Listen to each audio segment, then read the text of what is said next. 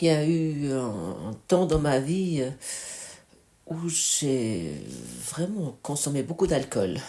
J'ai pris des drogues, j'ai fait des choses que je suis pas vraiment fière.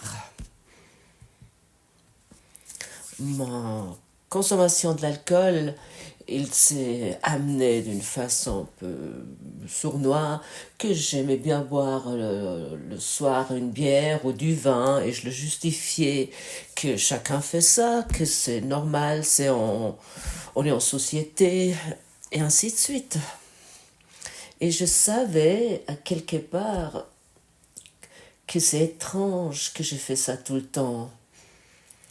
Et mes habitudes de pensée m'ont amené à ça. Et à quelque part, j'étais aussi d'accord avec ceci pendant des décennies. Jusqu'à un moment, j'ai constaté pourquoi je le fais. Et à ce moment-là, ça a pu se dissoudre, disparaître. Je te parle de ça pour te donner un exemple ce que ce cours en miracle fait. Le cours en miracle m'a libéré de mon dégoût de soi, de ma haine envers moi, que je ne voulais pas sentir avec mes addictions que j'ai pratiquées, que j'ai vécu. Oui, mon dégoût de soi. Je pouvais même pas m'imaginer que quelqu'un existe qui m'aime, qui m'apprécie, qui m'accepte comme je suis. Et parce que j'avais fait tellement d'erreurs, parce que dans l'éducation avec mon enfant, et certainement, j'étais pas dans l'état juste envers de donner à mon enfant ou à ma conjointe ce qu'ils ont désiré. Et bien sûr, j'ai dû me refuser moi-même de poussé par une culpabilité qui n'avait pas de mots. Et, et tout allait de travers dans ma vie égale dans quelle direction j'allais. La chute était programmée. Et ce courant miracle m'aide et m'a aidé de d'arrêter mon dégoût de soi et puis ma destruction de moi. Je pouvais abandonner ça grâce au cours et, et, me, et de me enlever de cette et de me libérer de cette idée de culpabilité qui n'est pas là, mais voilà, j'ai cru. Et nous sommes au nouveau au point où nous pouvons constater, nous sommes contrariés parce qu'il y a des choses qui ne sont pas là, ce sont des pensées. Nous sommes venus ici avec un certain système de pensée que nous n'avons pas rédimé dans notre esprit et nous créons des conditions idéales pour confirmer cette signature énergétique encore et encore. Et, et j'ai cherché sans cesse des preuves qui me prouvaient que je ne pouvais pas être aimée, que j'ai reçu du refus et que j'ai eu la souffrance en moi. Nous cherchons toujours après notre signature énergétique et nous trouvons les personnes qui nous le confirment. Mais c'est vraiment totalement synchronisé. Alors moi j'ai cherché des preuves qui me confirment.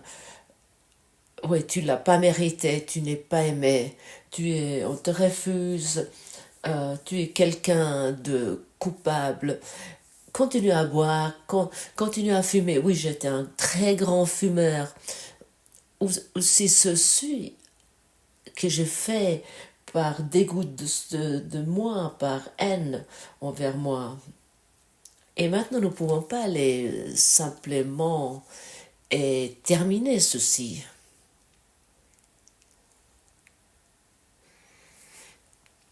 Avec la pratique du pardon, ces signatures énergétiques vont se dissoudre avec le temps de notre cette dégoût de soi. Toute mon addiction vers l'alcool, la drogue, des cigarettes, c'est terminé, hein, comme ça. Bon, chocolat, je n'achète pas, parce qu'elle disparaît très rapidement. Enfin, j'essaie de ne pas acheter du chocolat. Ça, c'est juste pour te montrer.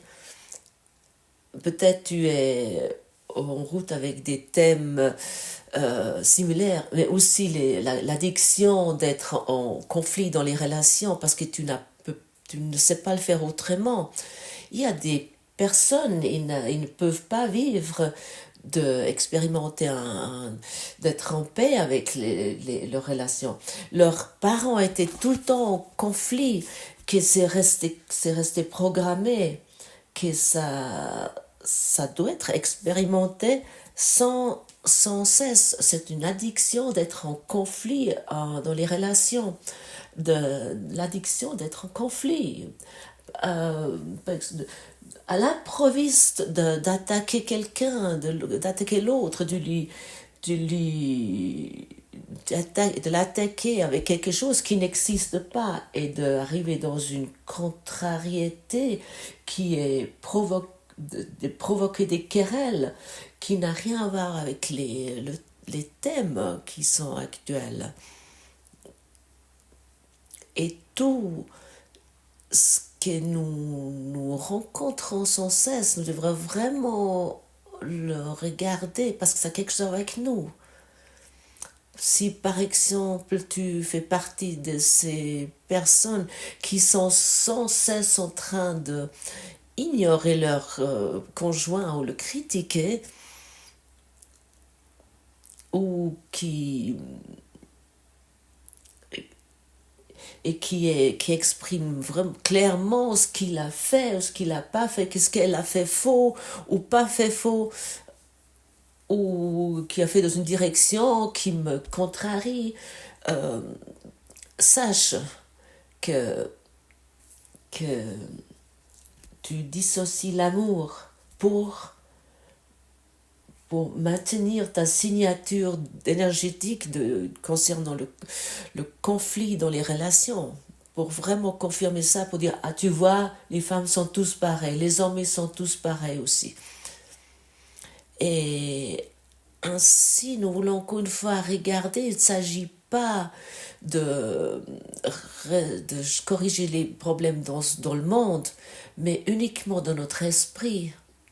Nos addictions, dans notre esprit, il faut les corriger, et nulle part ailleurs.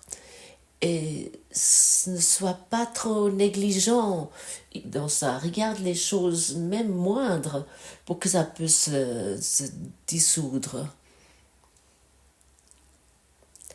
Même la plus petite tendance de faire tout le temps la même chose pour garder ton esprit dans la contrariété, ça devrait être vraiment nommé qui devrait être vu clairement parce que ça n'a rien à voir avec ce monde. C'est parce que tes parents, parce que ton conjoint, mais ça n'a rien avec personne d'autre qu'avec toi. Et maintenant, tu prends le pouvoir vers toi, la force vers toi. Maintenant, tu n'es plus la victime. Maintenant, tu sais où la correction peut avoir lieu. Elle peut uniquement avoir lieu dans ton esprit. Mais vraiment, sans exception.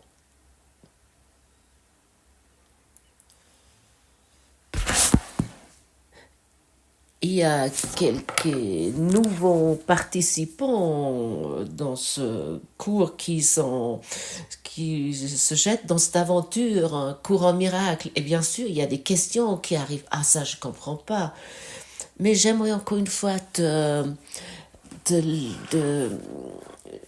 j'aimerais encore te lire le passage 8 et 9 de l'introduction, car aujourd'hui, il s'agit d'une leçon qui peut de nouveau faire des interrogations. La leçon 6 qui dit « Je suis contrarié parce que je vois quelque chose qui n'est pas là ». Je viens te raconter un exemple de moi. J'ai vu quelque chose qui n'est pas là. La culpabilité et le dégoût de soi, la haine de soi. En vérité, il n'y en a pas de culpabilité ni la haine de soi. Ce sont nos idées, nos relations particulières qui nous avons fait. Certaines idées qui présentent le livre d'exercice te paraîtront difficiles à croire, d'autres te sembleront tout à fait surprenantes. Cela n'a aucune importance. Il t'est simplement demandé d'appliquer les idées de la manière indiquée. Il ne t'est pas demandé de les juger. Il t'est seulement demandé de les utiliser. C'est leur utilisation qui leur donnera une signification pour toi et te montrera qu'elles sont vraies.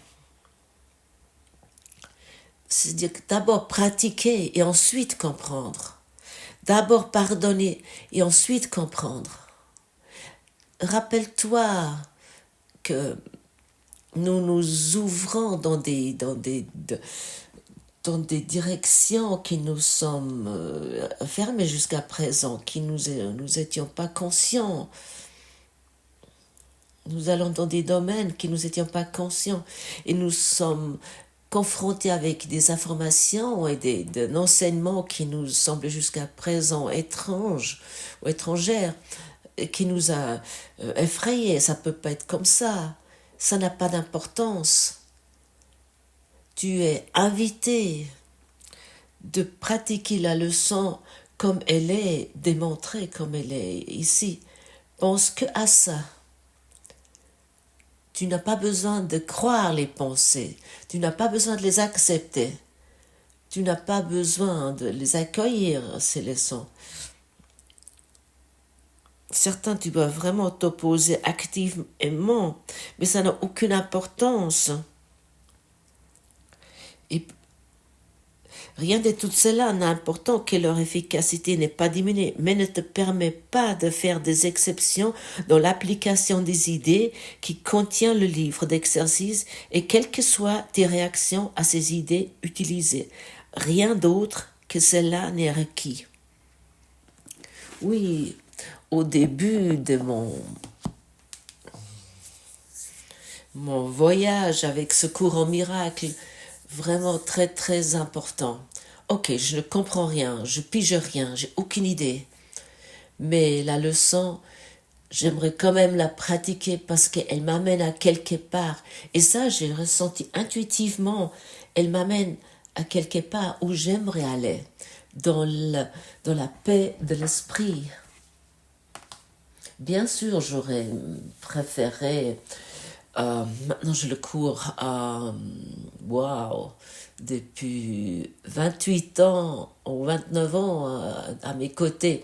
J'aurais préféré qu'ils auraient fait boum et je suis dans cet état de paix d'esprit sans devoir regarder les leçons et ceci et cela. J'étais, on peut dire un peu impatient. Aujourd'hui, j'ai une patience énorme et c'est ça qui me donne la paix immédiatement.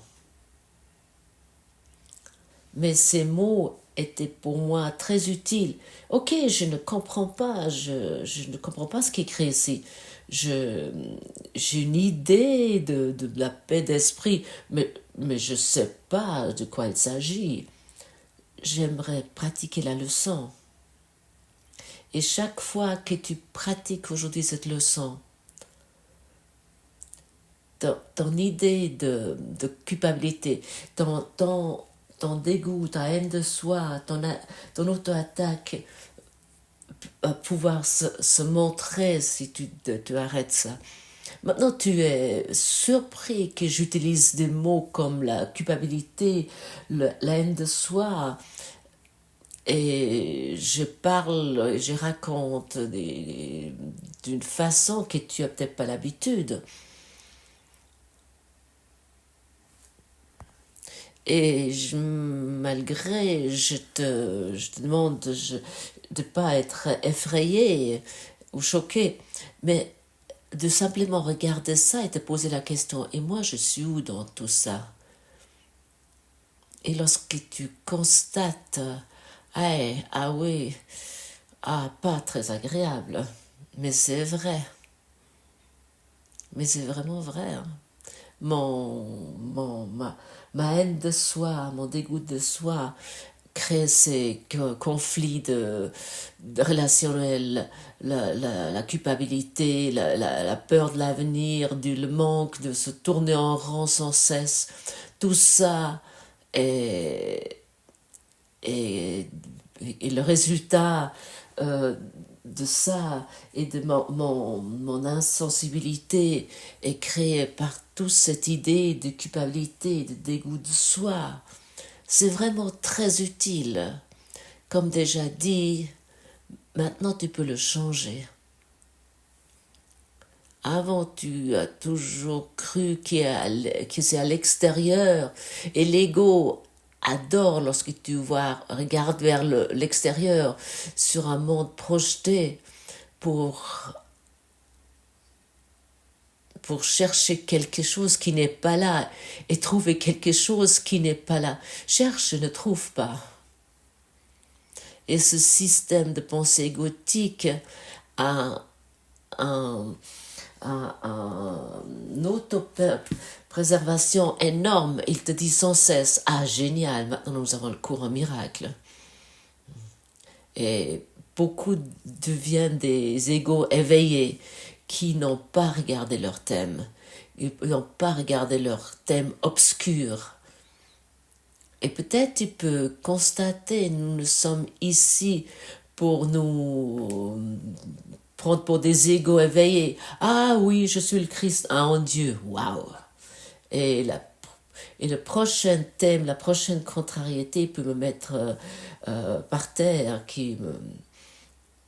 nous ne sommes pas ici pour créer un nirvana égotique et nous raconter des histoires sur des égos éveillés et qu'il y a un ego éveillé existe et quelle dimension existe, d'autres dimensions. Bien sûr, c'est tentant ces thèmes, mais ta paix, ta rédemption, ton éveil est une expérience très simple, sans grand brouhaha, mais ça dépasse malgré tout ça, tout ce que tu as pu rêver, que ça arrive. Nous sommes ici pour regarder ces thèmes, qui nous maintient emprisonnés dans ce rêve, dans cette idée de peur, de soucis, de souffrance. Mais pour cette raison, nous sommes obligés de regarder les thèmes. Et je les ai mentionnés hier. Chaque maître éveillé, il a regardé exactement ceci et il a décidé ne plus se laisser tromper par ces thèmes et ceci.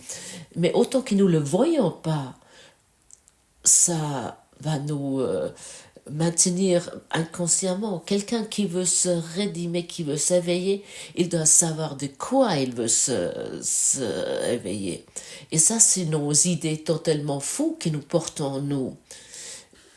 Je suis en contraire parce que je vois quelque chose qui n'est pas là.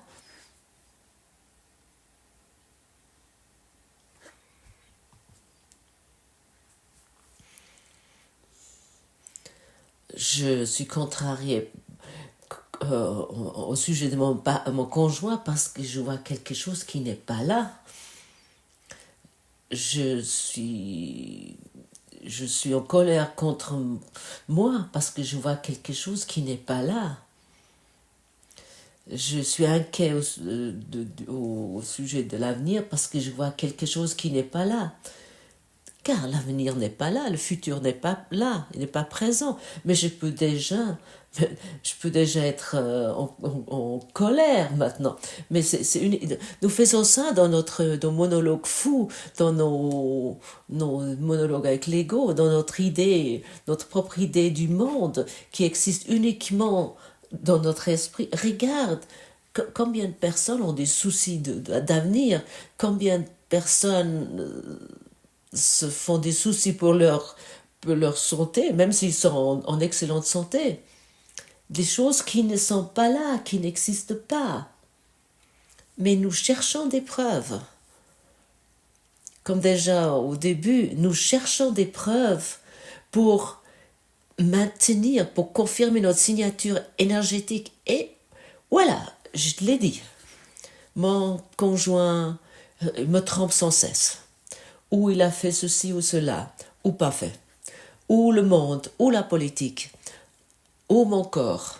Je cherche des preuves pour maintenir mon auto-attaque, ma culpabilité, et puis que personne m'aime, uniquement pour confirmer ceci. Et c'est ça le soi séparé. Et ce soi séparé est une idée fictive. C'est une idée, c'est simplement une idée qui n'existe pas.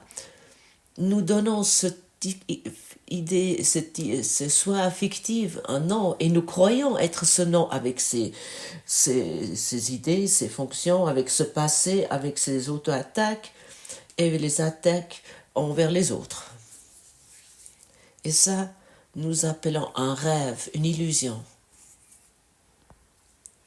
Et si tu écoutes ceci aujourd'hui et si tu l'acceptes dans ton cœur, tu vas pouvoir constater que dans ton rêve, il s'agit uniquement de toi et de ta autopréservation. L'ego veut se autopréserver, mais il ne te dit pas qu'il va finir dans la mort, parce que c'est encore loin.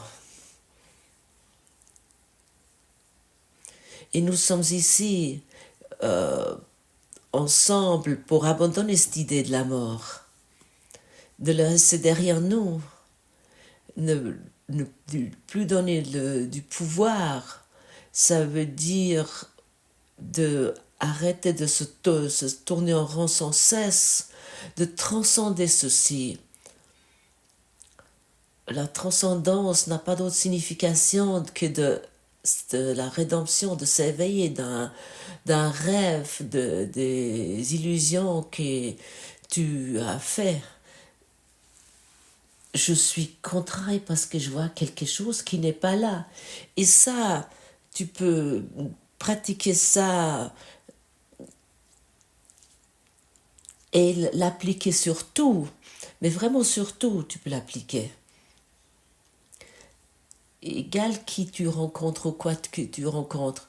Tu peux être assis dans un café, il y a des enfants qui pleurent, il y a un chien qui aboie, il y a des gens qui conversent fort, tu es au travail, quelqu'un te coupe la route lorsque tu es en voiture, dans le métro, il y a trop de bruit, ton supérieur n'a aucune idée, et tu peux appliquer ça sur vraiment tout.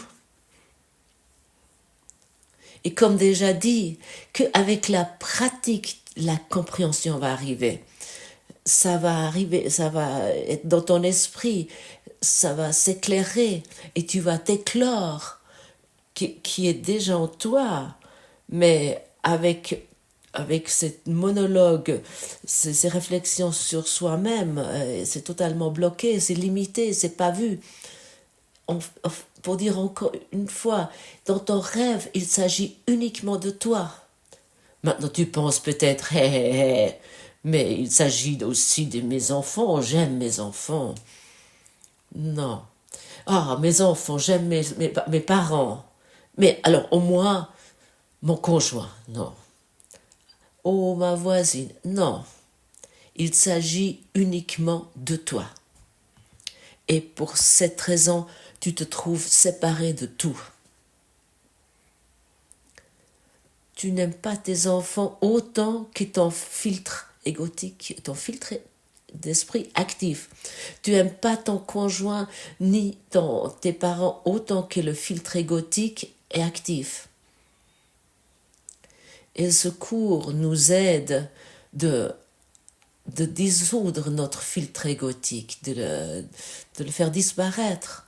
Nous croyons d'aimer, mais ce que nous appelons l'amour est en vérité la peur.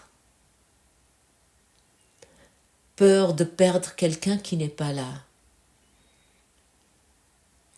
Peur de expérimenter quelque chose qui ne peut pas être expérimenté.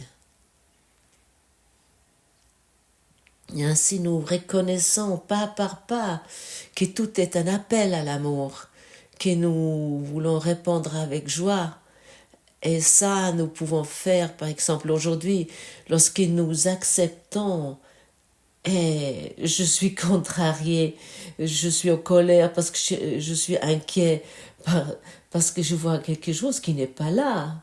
Merci que je peux reconnaître ça aujourd'hui. Merci que je peux résoudre tout ça et que je peux sortir de mon délire que je me suis créé moi-même. Enfin, que je peux me réveiller de ça. J'aimerais vraiment expérimenter l'amour maintenant, mais pas avec mon filtre d'ego qui me propose la séparation, mais pour être en amour avec tout, égal, mais avec tout, avec mes enfants, avec mon conjoint, avec tout. J'aime tout le monde et tout égal. Et ça n'a rien à voir avec l'amour égotique qui a des préférences, mais je t'aime parce que. Je t'aime parce que est la peur. Je t'aime parce que est une auto-attaque. Je suis amour avec tout. Je suis dans l'amour avec tout. Ça, c'est la véritable amour de soi. Et ainsi, nous regardons tous nos dérangements pour être plus dérangés, pour vivre une vie sans dérangement, une existence sans dérangement qui dépasse toute imagination. Namasté et beaucoup de bonheur et beaucoup de joie.